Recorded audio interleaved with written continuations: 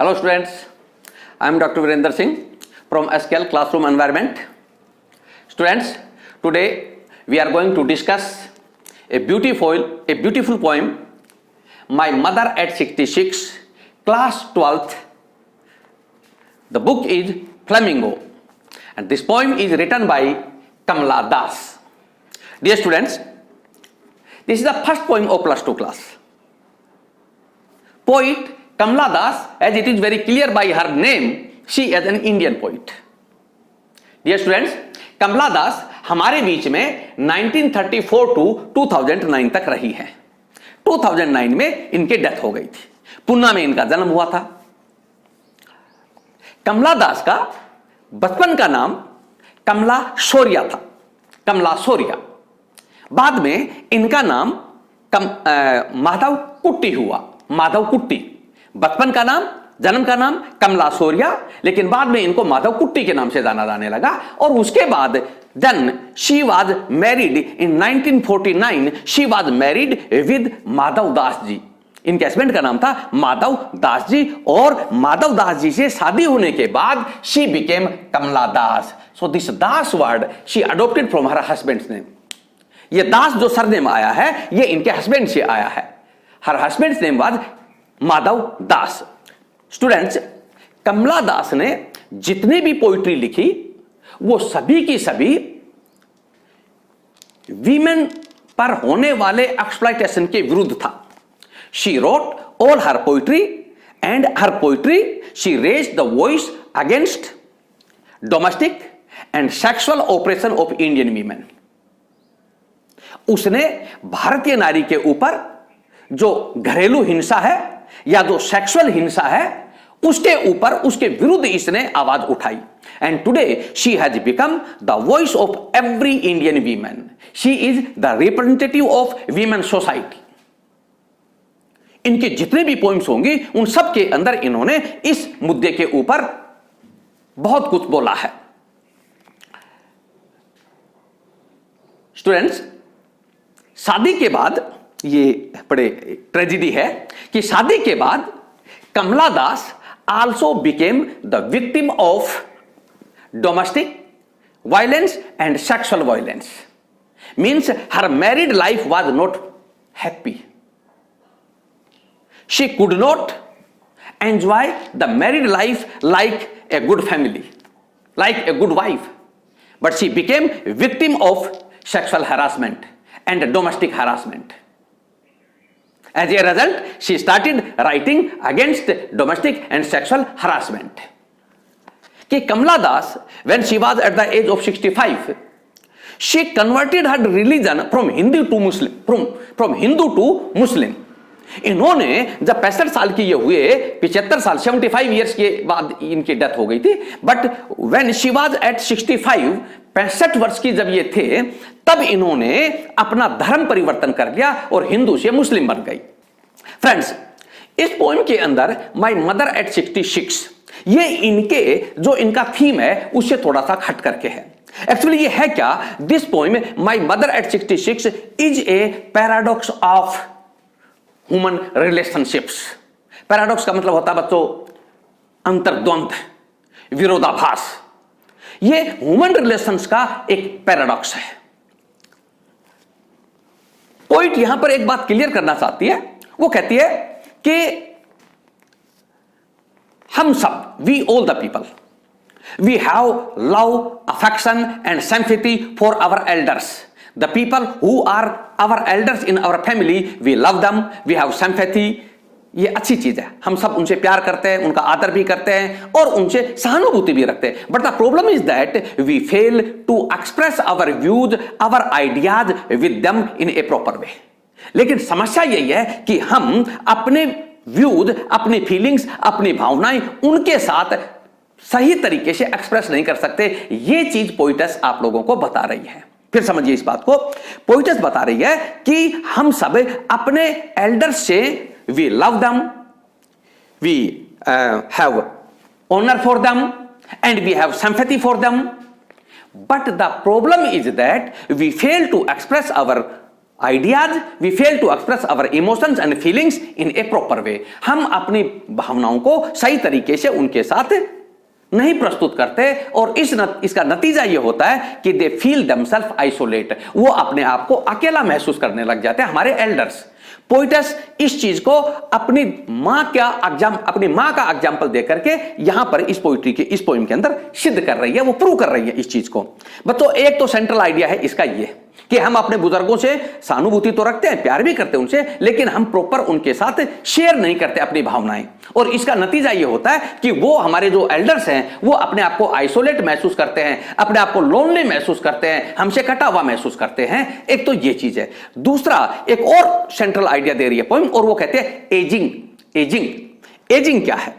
Poet's बता रही है कि ageing is a natural process, nobody can escape from this natural process.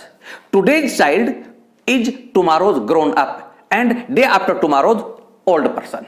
जो आज का बच्चा है वो कल का जवान है और परसों आने वाले परसों के अंदर वो एक बूढ़ा व्यक्ति होगा। हम आप कोई भी इस एजिंग सिस्टम से बच नहीं सकते। पोइटस आप लोगों को दूसरा ये थीम देना चाह रही है। तो बच्चों इसके अंदर दो थीम है, एक तो ये कि we have love, honor and sympathy for our elders, but we fail to express in a proper way. And the second is aging is a natural process, we cannot escape from it, everybody has to face the aging factor। एक ये चीज है। तो आइए मैं आप लोगों को लाइन टू लाइन एक बार पोइम करवा देता हूं, उसके बाद फिर हम डिस्कस करेंगे। कुछ सिंबल्स का प्रयोग किया गया इसके अंदर, कहीं सिमली का प्रयोग हुआ इसके अंदर, उसके बाद फिर हम इसकी जो लिटरेरी डिवाइसेस है हम उनके बारे में भी बात करेंगे। आइए students, come on, take out your book and come on। Driving from my parents' home to Cochin last Friday morning, I saw my mother। Students एक बार आप कल्पना कीजिए, ये इस वक्त कहां की घटना चल रही है? कोचीन की घटना चल रही है। कोचीन से पोइट अपनी मां को लेकर के, ये कब का है? Last Friday. हमारा इस से चीजें आई लास्ट फ्राइडे और कोचीन के अंदर। और कहां से चले हैं पोइट? पेरेंट्स होम, अपने मम्मी के घर से चले हैं। कहां के लिए चले हैं? एयरपोर्ट के लिए चले। किससे चले हैं? कार से चले हैं। ये कुछ चीजें इस पे उभर करके आ रहे हैं। पोइट कह रही है it was the incident of last Friday while I was driving the car, I was coming from my parents' home and I was going to airport with my mother. My mother was sitting beside me। मेरी माँ मेरे बगल में बैठी हुई थी। अब घटना को जरा गौर करके कल्पना करिए, आप अपने दिमाग पे जो है पहुंच जाइए, आप कोचीन पहुंचिए, कोचीन के रोड्स का आप नक्शा अपने दिमाग पे बनाइए। उस वक्त ये बता रहे हैं कि लास्ट फ्राइडे था और पोइट अपनी माँ को लेकर के कोचीन से, अपने पैतृक घर से वो एयरपोर्ट की तरफ चल रही है। और गाड़ी की बगल वाली सीट पर कौन बैठा है? उनकी मां बैठी हुई है। तो देखिए, driving from parents home, parents के घर से ड्राइव करते हुए कोचिन जाते हुए लास्ट फ्राइडे, पिछले फ्राइडे को, मॉर्निंग, सुबह का समय है ये। आई सा माई मदर बिसाइड मी, मैंने देखा कि मेरी मां मेरे बगल में बैठी हुई है। अब बताओ, बिसाइड का मतलब है इन द साइड ऑफ, बगल के अंदर बैठना, और एक होता है बिसाइड से। अगर इसी को बिसाइड के साथ आप एस लगा देते हो, बिसाइड्स, इस बिसाइड्स का मतलब होता है इन द एडिशन ऑफ, यानी कि अगर किसी में एक गुण है तो एक और गुण और जोड़ने के लिए उसके अंदर आप बिसाइड्स करेंगे, वो in the addition of besides होता है। लेकिन यहां पर beside in the side of. So the poet says that last Friday in the morning while I was driving a car and moving from my parents' home to airport Cochin, I saw that my mother was sitting in the side of me। मेरी मां मेरे बगल में बैठी हुई थी। Dose, open mouth. अब बच्चों, डोज क्या है? डोज क्या है? डोज का मतलब होता है not to sleep but very close to sleep. सोना नहीं, गहरी नींद में नहीं सोना, but very close to sleep, बहुत नजदीक सोना। यानी कि अगर हिंदी में आप कहोगे तो ऊंघना होता है, नजदीक, नींद के नजदीक पहुंचना। मां कैसी थी? शी वाज डोजिंग, वो नजदीक थी, सोने की स्थिति के अंदर थी। ओपन माउथ, मुंह उनका खुला हुआ था। अब this is a natural process of an old person. जब हम एक लॉन्ग जर्नी के ऊपर चलते हैं तो बूढ़ा व्यक्ति हमेशा उनकी हालत यही होती है, वो सोने की कोशिश करते हैं और उनका मुंह खुल जाता है। अगर आप कल्पना करोगे तो आपको ऐसा दृश्य दिखाई दे देगा। डोज, मां सोने की स्थिति के अंदर थी, उनका मुंह खुला हुआ था। हर फेस एसन। अब बच्चों ये एसन वर्ड एक ऐसा वर्ड आ गया, एसन यहां पर देखिए, एसन का मतलब होता है brownish yellow, brownish yellow colour, और you can say the colour like S, A S H, S का मतलब राख होता है, राख जैसा कलर, यानी कि लीन, थीन एंड पेल, ऐसा व्यक्ति जो होता है उसको एसन कहते हैं। तो कहता है कि मां की स्थिति क्या है, मां बूढ़ी है, उनकी एज 66 है और उनका मुंह खुला हुआ है और वो सोने की स्थिति के अंदर है। But I saw her face and her face colour is pale and brownish yellow like that of a corpse. अब बेटा ये कॉप्स वर्ड देखिए, कॉप्स ये आ गया, कॉप्स ये रहा। कॉप्स का मतलब होता है डेड बॉडी, डेड बॉडी, और उनकी शक्ल, उनका चेहरे का जो कलर था वो एसन कलर था, ब्राउनिश येलो था, और वो कैसी लग रही थी मुझे, just like the dead body. वो बिल्कुल ऐसा लगता था जैसे कि वो एक डेड बॉडी जैसी है। ये मां का फिजिकल एक्सप्लेनेशन दे रही है पोइट, कि मां जिसकी एज 66 है वो मेरे बगल में बैठी हुई है, वो डोजिंग पोजीशन के अंदर है, हर mouth is opened and she has the yellow brownish colour and her condition is compared, she is compared with a dead body. इसका मतलब कहना यह है कि पोइट ये महसूस कर रही है कि मां की जो शकल सूरत है, जो उसका चेहरा है, वो बिल्कुल एक डेड बॉडी से मिलता हुआ दिखाई दे रहा है। And realised with pain, and when the poet saw that her mother is just like a dead body, she realized a pain, उसने तकलीफ महसूस की, that she thought away, ये thought away वर्ड आया बेटा यहां पर, thought away, thought away का मतलब है that she will turn away, turn away means she will die, that she will die very soon। जब ये चीज पोइट ने देखा कि मां की जो हालत है वो डेड बॉडी जैसी है, तो उसको बहुत अधिक पेन हुआ और उसने सोचा कि मां will not live for a long time, she is very near to death and she will die very soon. उसने महसूस किया कि मां जल्दी ही मर जाएगी। And looked but soon put that thought away, and looked, फिर कहती है and I again saw my mother but soon I changed my ideas, I wanted to change my ideas and so I soon put that thought away, इसलिए मैंने उस विचार को turn away कर दिया, मैंने उस विचार को दूर भगा दिया। कौन से विचार को, that the death of mother is very close, कि मां की मृत्यु नजदीक है, मैंने इस विचार को दूर भगा दिया, उसको दूर भगा दिया। एक बार मैं अब यहां तक का आपको ऊपर से यहां तक का लाइन बाय लाइन एक बार समझा देता हूं, समझिए।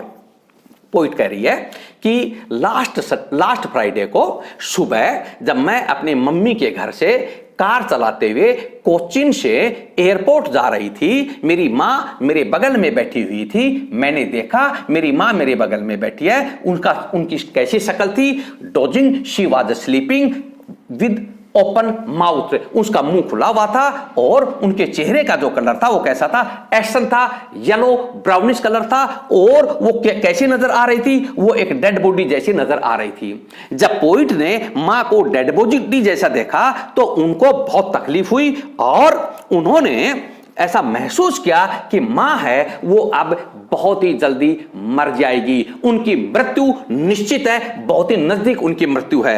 And looked but soon put that thought away, और उन्होंने मां को देखा लेकिन फिर तत्काल उन्होंने उस विचार को त्याग दिया, उन्होंने उस विचार को छोड़ दिया तत्काल। कौन से विचार को, कि मां जल्दी ही मर जाएगी, यह विचार उनके दिमाग में आया था, लेकिन उन्होंने उस विचार को त्याग दिया, लीव किया उसको, लेफ्ट किया उस विचार को। And looked out at young trees sprinting, और उन्होंने बाहर देखना शुरू किया। बाहर का मतलब क्या है, यहां पर गाड़ी से बाहर, कार से बाहर देखना शुरू किया। और बाहर उन्होंने क्या देखा, यहां पर गौर कीजिए बच्चों, अब बाहर उन्होंने क्या देखा, looked out at young trees sprinting, बाहर उन्होंने देखा कि यंग ट्रीज, छोटे छोटे पौधे, प्लांट्स, ट्रीज रोड के जो किनारे खड़े हैं, those are sprinting, those are running very fast. उन्होंने देखा कि गाड़ी से बाहर पेड़ जो किनारे पर लगे हुए हैं, trees which are standing on the side of road, they were running very fast in past, वो पीछे भाग रहे तो बहुत तेजी से, नेचुरल प्रोसेस है। जब हम गाड़ी से स्पीड से चलते हैं तो दौड़ तो हमारी गाड़ी रही है, लेकिन हमें ऐसा लगता है कि हमारी गाड़ी तो फिक्स है, लेकिन पेड़ पौधे भाग रहे हैं। लेकिन होता उल्टा है, भागती गाड़ी है, दौड़ती गाड़ी है, और वो पेड़ और जो प्लांट्स हैं जो खड़े हैं रोड के ऊपर वो तो फिक्स हैं, वो नहीं हिलते हैं। यहां पर पॉइंट में अगर गौर करके देखेंगे आप तो ये कहती है, बच्चों यहां थोड़ा सा आप गौर करो बेटा, मैं आप लोगों के कंट्रास्ट दिखाना चाहता हूं। यहां पर यह स्थिति लाकर के पोइट ने एक कंट्रास्ट क्रिएट कर दिया है। इससे पहले की अगर आप लोग स्थिति देखेंगे यहां पर लुक्ड आउट से, इस लुक्ड आउट से पहले की अगर आप यहां से लेकर के और यहां तक आप इस पोइम को देखोगे तो you will find that there is a single type of the world, there is a single type of the world. और उस वर्ल्ड के अंदर, उस संसार में कौन है? एक गाड़ी है, उस गाड़ी के अंदर दो व्यक्ति हैं, मां और पोइट। अब उस गाड़ी का एनवायरमेंट कैसा है जरा गौर करके देखिए, जरा कल्पना करो आप। गाड़ी के अंदर पोइट भी बैठी है, मां भी बैठी है। आपने गौर करके देखा होगा कि पोइट अपनी मां को बोली नहीं है कुछ भी। She has not used even a single word, एक भी शब्द का प्रयोग उसने मां के साथ कम्युनिकेट नहीं किया है। अब वहां पर साइलेंट है, चुप्पी है उसके अंदर। दूसरी तरफ जरा गौर करिए, मां है उस गाड़ी के अंदर, उस जो गाड़ी का जो वर्ल्ड है उसके अंदर मां है। मां कैसी है? शी इज एज्ड लेडी, वो बूढ़ी है। वो कैसी है? वो she is the symbol of decay. Decay का मतलब क्या होता है बेटा? पतन का, पतन, निश्चितता के साथ पतन होना किसी चीज का, उसको डीके कहते हैं। वो डीके का प्रतीक है, वो डेथ का प्रतीक है, वो पेसिमिटी का प्रतीक है कि वो कोई एक्टिविटी नहीं उसके अंदर, और वो अनहैप्पीनेस का प्रतीक है। मां जो गाड़ी के अंदर बैठी हुई है, जरा गौर करके देखिए। Number 1, she is the symbol of decay, she is the symbol of death, she is the symbol of a pessimism, and she is the symbol of a non pleasure, not happiness, sadness, वो इनका प्रतीक है। अब जरा गौर करो, गाड़ी से बाहर आ जाइए। गाड़ी से बाहर क्या देखा उन्होंने? गाड़ी से बाहर उन्होंने देखा, पहला जो इंसिडेंट उनका हुआ वो क्या हुआ? Young plants, young trees, they are running very fast, वो बहुत तेजी से भाग रहे। जरा गौर करो बच्चों, एक तरफ मां है, मां के जीवन के अंदर क्या आ गया है?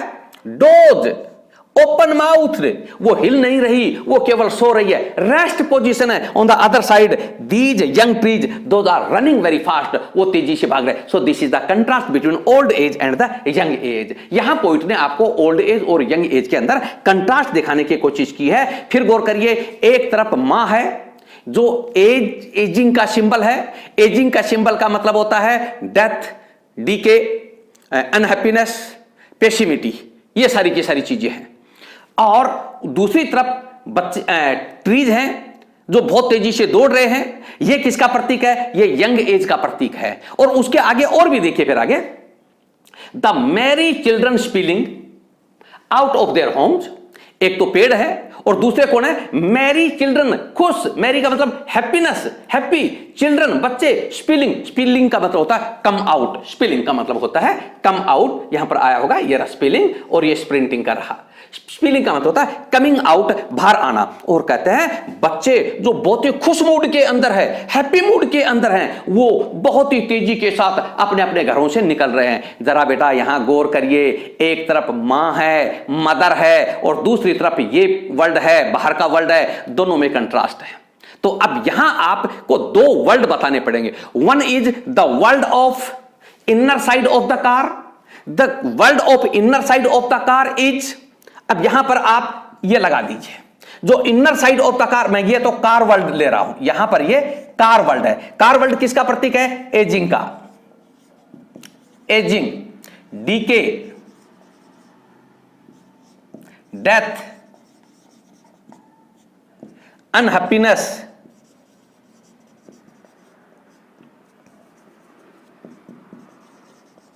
अनहैप्पीनेस और पैसिविटी। ये है कार के अंदर का संसार। क्या क्या इसमें? एजिंग, बुढ़ापा है, डीके, पतन की तरफ चल रहे हैं, डेथ, मौत निश्चित है बहुत जल्दी, अनहैप्पीनेस, कोई खुशी नहीं है, और पैसिविटी, बिल्कुल ही निराशिता है, उसके अंदर कोई एक्टिविटी नहीं है। जरा दूसरी तरफ आओ, अब कार से बाहर का संसार आइए, उसके अंदर कौन है? ये स्प्रिंटिंग ट्रीज है और मेरी चिल्ड्रन है। ये किसका प्रतीक है बेटा? बच्चे किसका प्रतीक है? लाइफ, जीवन, स्पॉन्टेनियस ओवरफ्लो ऑफ लाइफ है यहां पर, लाइफ, हैप्पीनेस, हैप्पीनेस, और क्या है यहां पर, एक्टिविटी, एक्टिविटी, और क्या है यहां पर, केयर फ्री, यानी कि फ्री फ्रॉम बर्डन्स। अब ये जो वर्ड है ना स्पिलिंग, स्पिलिंग का मतलब ही ऐसा है कि इकट्ठे होकर के बाहर निकलना और कोई सिस्टम नहीं होना, कोई किधर भाग रहा, कोई किधर भाग रहा, कोई किधर, अनप्लान्ड सिस्टम से कोई कार्य होता है उसको स्पिलिंग बोलते हैं। तो बच्चों यहां पर दो वर्ड है, ये मदर्स वर्ड है, ये मदर का है और ये चिल्ड्रन का है, ये चिल्ड्रन का है। मदर किसका प्रतीक है? Mother is the symbol of ageing, decay, death, unhappiness and passivity. और चिल्ड्रन किसके प्रतीक है? चिल्ड्रन और प्लांट्स, आप प्लांट्स भी बोल सकते हैं इनको, चिल्ड्रन एंड प्लांट्स। लाइफ का प्रतीक है, हैप्पीनेस का प्रतीक है, एक्टिविटी के प्रतीक है और केयर फ्री लाइफ के प्रतीक है। तो ये यहां पर पोइट ने आपको एक कंट्रास्ट दिखाने की कोशिश की है कि एक ओल्ड एज का लाइफ क्या है और यंग एज का लाइफ क्या है, ये आप लोगों को दिखाने की कोशिश की है। आगे चले, चलिए। But after the airport's security check, standing a few yards away, I looked again at her, wan, pale as a late winter's moon, and felt that old familiar ache. आइए एक बार यहीं तक आते हैं। But after the airport security, उसके बाद क्या होता है? अगर आप कभी एयरपोर्ट गए हैं तो आपको ध्यान होगा कि एंट्री होने के बाद एयरपोर्ट के ऊपर सिक्योरिटी होती है, वो आप लोगों को चेक करते हैं, और जब आपको चेक करते हैं तो अंदर जाने के लिए जो आप लोगों के साथ लोग गए हैं उनको नहीं जाने देते, केवल पैसेंजर को ही आगे जाने देते हैं। जो व्यक्ति जिसके पास टिकट होते हैं वही आगे जाता है। तो वहां जाकर के सिक्योरिटी चेक के बाद पोइट कहती है, standing a few yards away, मैं मां से कुछ मीटर दूरी के ऊपर खड़ी हुई थी। I looked again at her wan, मैंने दोबारा मां के चेहरे पर देखा। वान, ये देखिए वान, वान का मतलब होता है बेटा कलरलेस, हैविंग नो कलर। बाकी तो आप इसको कह सकते हो कि पेल, वीक, थीन, लीन, जो चेहरा होगा उसको आप वान कहेंगे। वान का मतलब होता है कलरलेस चेहरा, कलरलेस। मां का मैंने दोबारा से वान, पेल, पीले चेहरे को देखा। एज ए विंटर्स मून, यहां पर एक एज वर्ड आया बेटा, मैं आपको बताऊंगा, एक ये एज है और एक यहां पर लाइक वर्ड आया, ये इन दोनों के बारे में आपको बताऊंगा थोड़ी देर के बाद। As a late winter's moon, कहता है कि मैंने मां को देखा और अब मां का चेहरा कैसा था? लेट विंटर्स मून, यहां पर होगा विंटर्स मून। कहते अब ये लेट विंटर्स मून क्या होता है बेटा? लेट विंटर्स मून का मतलब होता है moon when it is very hazy, hazy का मतलब होता है very faint, जब ये दिखाई नहीं देता, hazy, obscure, having no power, strength and having no shining। उस वक्त जब मून हैजी हो जाता है, धुंधला होता है, फेंट हो जाता है, इसके अंदर कोई ताकत नहीं नजर आती और इसकी शाइनिंग खत्म हो जाती है, उस मून को क्या कहते हैं? Late winter's moon. अब आपसे पूछ सकता है, कोई क्वेश्चन पुट कर सकता है, why does poet say that it is late winter's moon and what happened moon during this time? इस वक्त ये धुंधला क्यों हो जाता है, इसकी शाइनिंग खत्म क्यों हो जाती है? तो आप लोगों को रिप्लाई करना है, because it is winters season and in winter season it remains always fog and smoke. Fog and smoke and mist mixing they make smog, S-M-O-G। Smog एक वर्ड आता है S-M-O-G। Smog means smoke plus fog। Smoke और fog, या आप इसको mist कहिए, इनको मिला करके क्या बढ़ता है? स्मोग। तो रात को विंटर्स टाइम के अंदर, सर्दियों के टाइम के अंदर रात को धुंध इतनी ज्यादा हो जाती है, मिस्ट इतनी ज्यादा हो जाते हैं कि अगर हम मून को देखना चाहे तो हमें फेंट नजर आता है। तो पोइट यहां पर यह कह रही है, जिस तरह से विंटर के टाइम में रात को चांद अपनी शाइनिंग खो देता है, अपना ग्रेस खो देता है, अपनी ब्यूटी खो देता है, अपनी जवानी खो देता है, उसी तरह से मेरी मां ने भी 66 एज के ऊपर अपनी ब्यूटी को लूज कर दिया है। उन्होंने अपने ग्रेस को लूज कर दिया है। अब उनके चेहरे के ऊपर कोई ग्लो नहीं है, वहां जवानी नहीं है, वो वैसे ही नजर आ रही है जैसे कि विंटर्स मून हो, लेट विंटर्स मून हो। तो यहां एक बड़ा जबरदस्त कंपैरिजन पोइट ने किया है, किसके साथ? विंटर्स मून के, लेट विंटर्स मून के साथ मां की हालत को उन्होंने एक्सप्लेन किया है। And felt that old familiar एक, अब उन्होंने मां को जब दोबारा देखा है और उन्होंने महसूस किया कि मां की हालत तो लेट विंटर्स मून जैसे है, तब कहते हैं कि मुझे दोबारा एक फैमिलियर एक जाना पहचाना दर्द दोबारा महसूस हुआ। आपको बताऊंगा ये पेन कौन सा है। माई चाइल्डहुड फियर, और मेरे बचपन का दर्द मुझे वापिस आ गया था, एक फेमिलियर एक और एक चाइल्डहुड फियर। अभी आपको बताता हूं, जब पोइट ने ये देखा कि मां की हालत लेट विंटर्स मून जैसी है, तो उन्होंने महसूस किया वो तकलीफ, वो पेन जिसको वो पहले भी महसूस कर चुकी हैं, और वो डर उनको महसूस हुआ जो बचपन में कभी होता था। अभी आपको बताऊंगा बच्चों, वेट कीजिए 2 minute. But all I said was she you soon अम्मा, लेकिन कहते ये सारी तकलीफें मुझे थी, लेकिन उसके बावजूद भी मैंने मां की तरफ आकर के मैंने कहा ठीक है मां, I will see you, I will meet you soon, मैं तुमसे जल्दी ही मिलूंगी। All I did was smile and smile and smile, और मैंने जो भी कुछ किया वहां पर मां की तरफ, I did not speak even a single word, I say only, I did only smile smile and smile. अब बच्चों यहां पर number 1 smile, number 2 smile and number 3 smile, 3 बार पोइट ने स्माइल वर्ड का प्रयोग किया। पोइट्री की लैंग्वेज आप जानते हो कि जब पोइट एक बार से ज्यादा सेम वर्ड को बोलता है, इसका मतलब पोइट वहां पर ताकत लगा रहा है, उसको स्ट्रेंथ दे रहा है उस वर्ड को। वो वर्ड अब वो वर्ड नहीं है जो उसका बेसिक मीनिंग होता है, अब वो एक सिंबॉलिक मीनिंग देने लग जाता है। तो इस तरह से बच्चों ये आपकी एक पोइम है। अब मैं इसके अंदर कुछ चीजें जो हिडन चीजें हैं वो आप लोगों को बताता हूं। आइए यहां बच्चों गौर करिए, ये कहते हैं, पोइट कह रही है कि विंटर, जब मैंने मां की हालत देखी कि मां की हालत लेट विंटर्स मून जैसी है, तो फिर मुझे फैमिलियर एक वो दर्द याद आया, मुझे वो दर्द महसूस हुआ जिसको मैं पहले भी याद कर चुकी हूं। फैमिलियर एक ऐसा दर्द जिसको मैं पहले भी याद कर चुकी हूं। अब बच्चों ये क्या है फैमिलियर एक तो ये, दूसरा चाइल्डहुड फियर, बचपन का डर, ये कौन सा है? अब बच्चों इसको पहले मैं क्लियर कर देता हूं, चाइल्डहुड फियर क्या होता है। देखिए आप गौर करिए, जब नन्हा बच्चा होता है तो सबसे ज्यादा सिक्योर और सुरक्षित किसके पास महसूस करता है? अपनी मां के पास, अपनी मदर के पास। और जब मां उसके पास नहीं होती तो आपने देखा होगा बच्चा चीखेगा, चिल्लाएगा, मिट्टी पर गिर जाएगा, जोर जोर से रोएगा। क्यों? क्योंकि उसकी नजर में मां ही उसके पास सबसे बड़ी सुरक्षा है।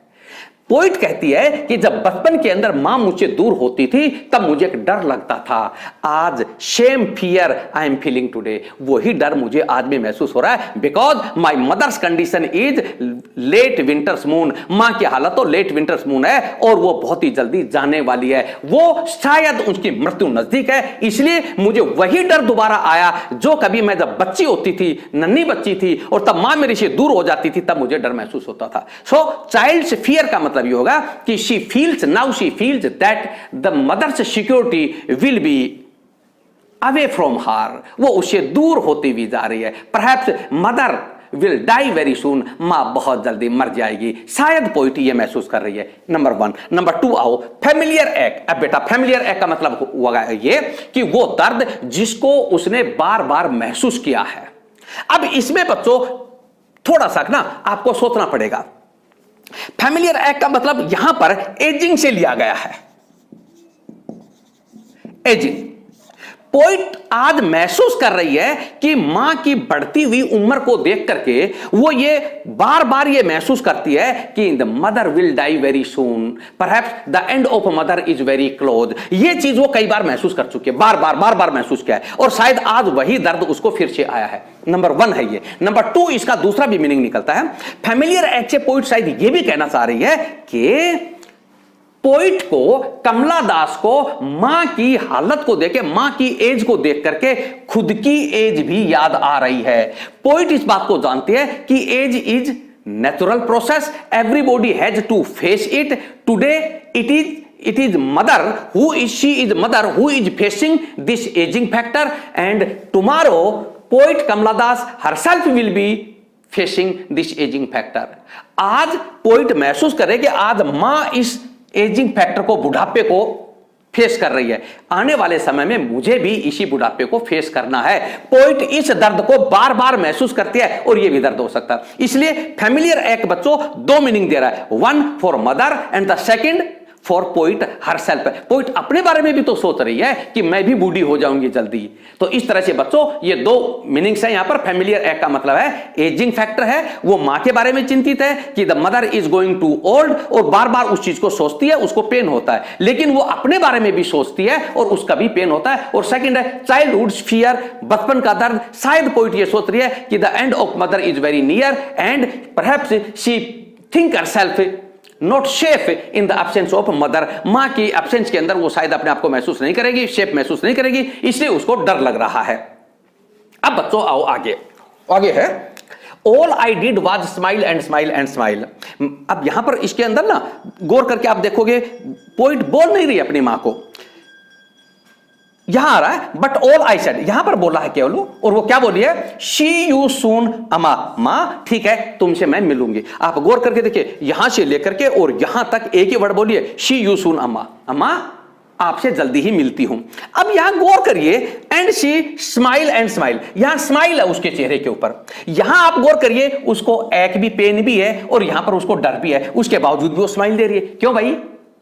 Because it shows that poet is aware about mother's health. She does not want that mother should feel sorrow or she should have a tension about poet's worries. ये नहीं चाहती कि मां को मेरा चेहरा, उदास चेहरा देख करके तकलीफ हो और उसको चिंता हो, ये नहीं चाहती, इसलिए पोइट ने अपने चेहरे पर स्माइल लेकर के आई यहां पर। अब यहां पर देखिए स्माइल नंबर वन स्माइल का मतलब है जब भी हम किसी को विदाई करते हैं, रियलाइजेशन ऑफ फेयरवेल, जब हम किसी को विदा करते हैं तो हम मुस्कुरा करके देते हैं। नंबर 1 इसका स्माइल का है realisation of farewell. Number 2 smile, इस स्माइल, ये स्माइल क्यों है? Perhaps the poet wants to hide her own inner fear, शायद पोइट अपने अंदर का जो डर है ना उसको हाइड करना चाहती है, छुपाना चाह रही है। स्माइल नंबर 2 एंड स्माइल, फिर थर्ड आ गया। इसका क्या मतलब है? इसका मतलब है बच्चों, स्माइल थर्ड का मतलब है poet has hope to meet mother again after her returning.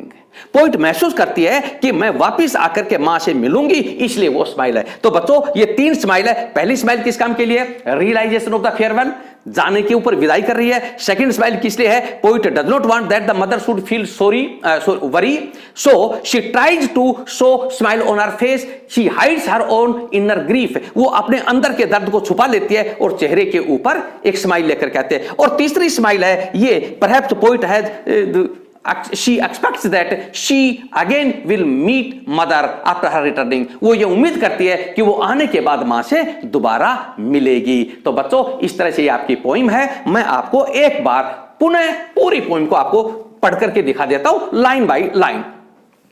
Poet कह रहा है, पोइट कहती है कि लास्ट फ्राइडे को कोचीन के अंदर मॉर्निंग में मैं अपनी मम्मी के घर से गाड़ी को चलाते हुए आ रही थी एयरपोर्ट पर। मेरी मां मेरे बगल में बैठी हुई थी। मां सोने की स्थिति के अंदर थी, उनका मुंह खुला हुआ था, उनका चेहरा राख जैसे कलर का था और वो एक डेड बॉडी जैसी नजर आ रही थी। मैंने तकलीफ महसूस की ये देख करके, और मैंने इसी को देख करके मैंने महसूस किया, थॉट अवे कि मां जल्दी ही गुजर जाएगी, वो उनकी मृत्यु निश्चित है। लेकिन फिर मैंने मां को देखा और जल्दी ही इस विचार को टर्न अवे बदल दिया। जो विचार मेरे दिमाग में आ रहा था मैंने उसको टर्न, बेटे यहां पर 2 बार थॉट अवे आया, ये थॉट अवे और एक ये थॉट अवे। ये थॉट अवे किसके लिए है? That the end of mother is very near. और ये थॉट अवे क्या है कि I turned away the ideas whatever in my mind. मेरे दिमाग के अंदर जो विचार आए थे कि मां जल्दी मर जाएगी, उन विचारों को मैंने त्याग दिया।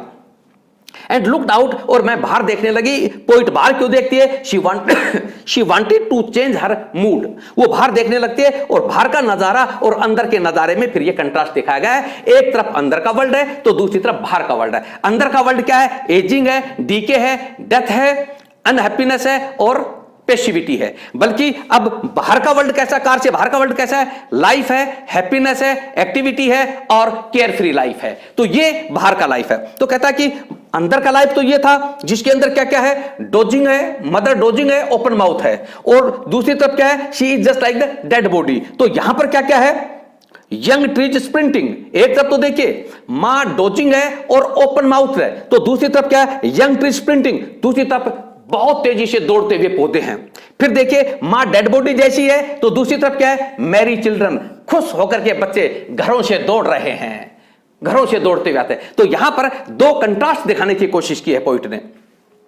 लेकिन उसके बाद पोइट कहती है कि एयरपोर्ट के ऊपर सिक्योरिटी चेक हुआ और जब मैं खड़ी हुई तो मां से कुछ मीटर की दूरी के ऊपर खड़ी हो गई और मैंने मां को दोबारा देखा और मैंने देखा कि मां का चेहरा कैसा था, वॉन, कलरलेस था, पीला था मां का चेहरा। अब ये कलरलेस और पीला वेरी नियर टू डेथ जब होता आदमी तभी होता है।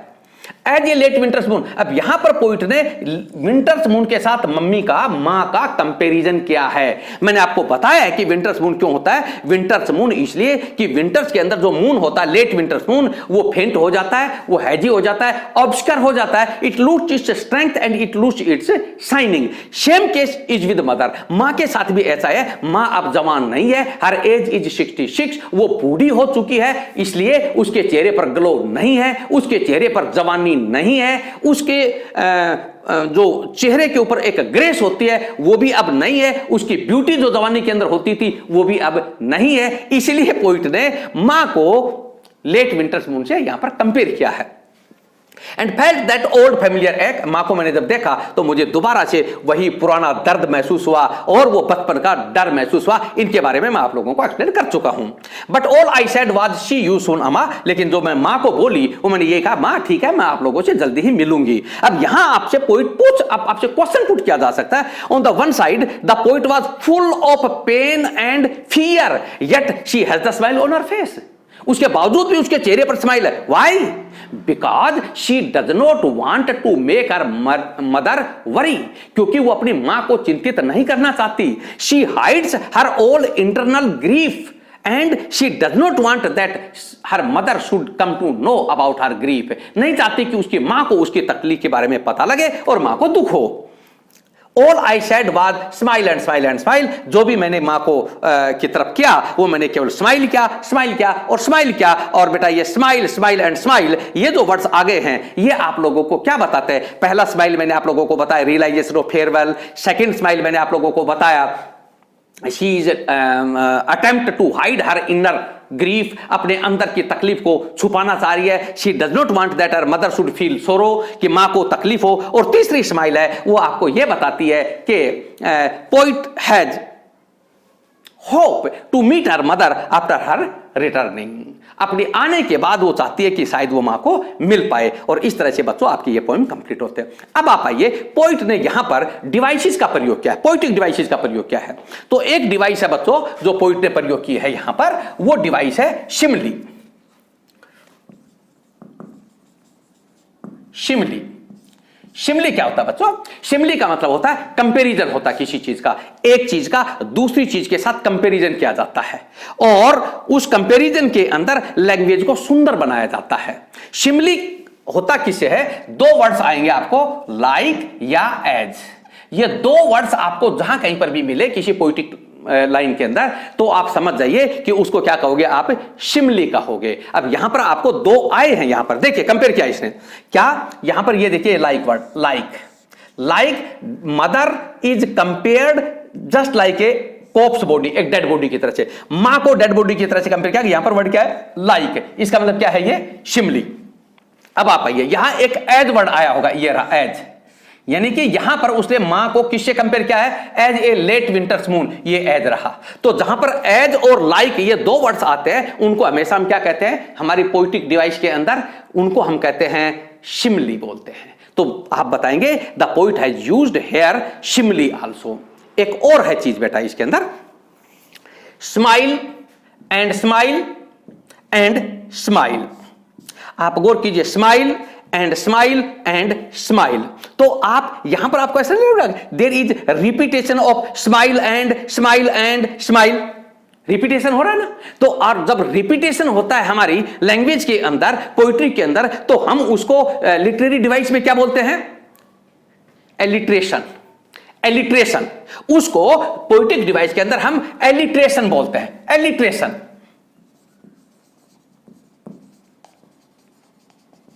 उसको एलिट्रेशन बोलते हैं। एलिट्रेशन का मतलब होता है सेम साउंड बार बार आएगी, एक ही आवाज बार बार आएगी। फॉर एग्जाम्पल मैं आपको देख करके, आप देखिए, आप समझेंगे।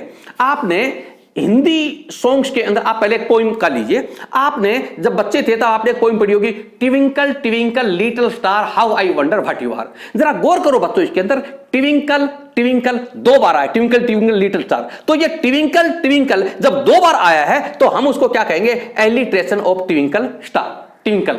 तो वो ट्विंकल साउंड बार बार आ रही है इसलिए उसका एलिट्रेशन होगा। हिंदी के और सॉन्ग देखिए, आप लोग ने वो गाना सुना होगा एक, तू तक तूतिया, एक पुराना गाना था, हम बहुत बच्चे थे तब ये सुना क्या करते थे। जरा गौर कीजिए, तू तक तूतिया, ये एक सॉन्ग होता था। अब इसके अंदर साउंड क्या आ रही है, तू तक। So there is alliteration of तू तक साउंड, उसको तू तक साउंड हम एलिट्रेशन गए। यहां पर भी साउंड आ रही क्या है, स्माइल एंड। सो हम कह पाएंगे कि there is alliteration of smile and, इसका एलिट्रेशन है। अब बच्चों एक चीज और मुझे आपको यहां पर बतानी है, पोइट्री के अंदर जब आप देखते हो तो पोइट्री की एक विशेषता होती है कि जब भी कोई लाइन स्टार्ट होगी उसका फर्स्ट लेटर हमेशा कैपिटल होता है। पोइट्री के अंदर यह कोई जरूरत नहीं होती कि उसमें फुल स्टॉप आया है कि नहीं आया, उसके अंदर कोमा आई है कि नहीं। जब भी कोई लाइन स्टार्ट होगी तो उसका फर्स्ट लेटर हमेशा कैपिटल होगा। लेकिन इस पोइम के अंदर आपको फर्स्ट लेटर केवल और केवल ड्राइविंग को छोड़ करके उसके बाद कहीं पर भी आपको फर्स्ट लेटर कैपिटल नहीं है। और एक और चीज आपको यहां बता दूं कि इस पोइम के अंदर कहीं पर भी ऊपर से लेकर के नीचे तक लास्ट में ही आकर के यहां पर फुल स्टॉप आया होगा, यहां पर भी फुल स्टॉप नहीं, यहां पर डॉट डॉट है, कहीं फुल स्टॉप का प्रयोग नहीं हो रहा।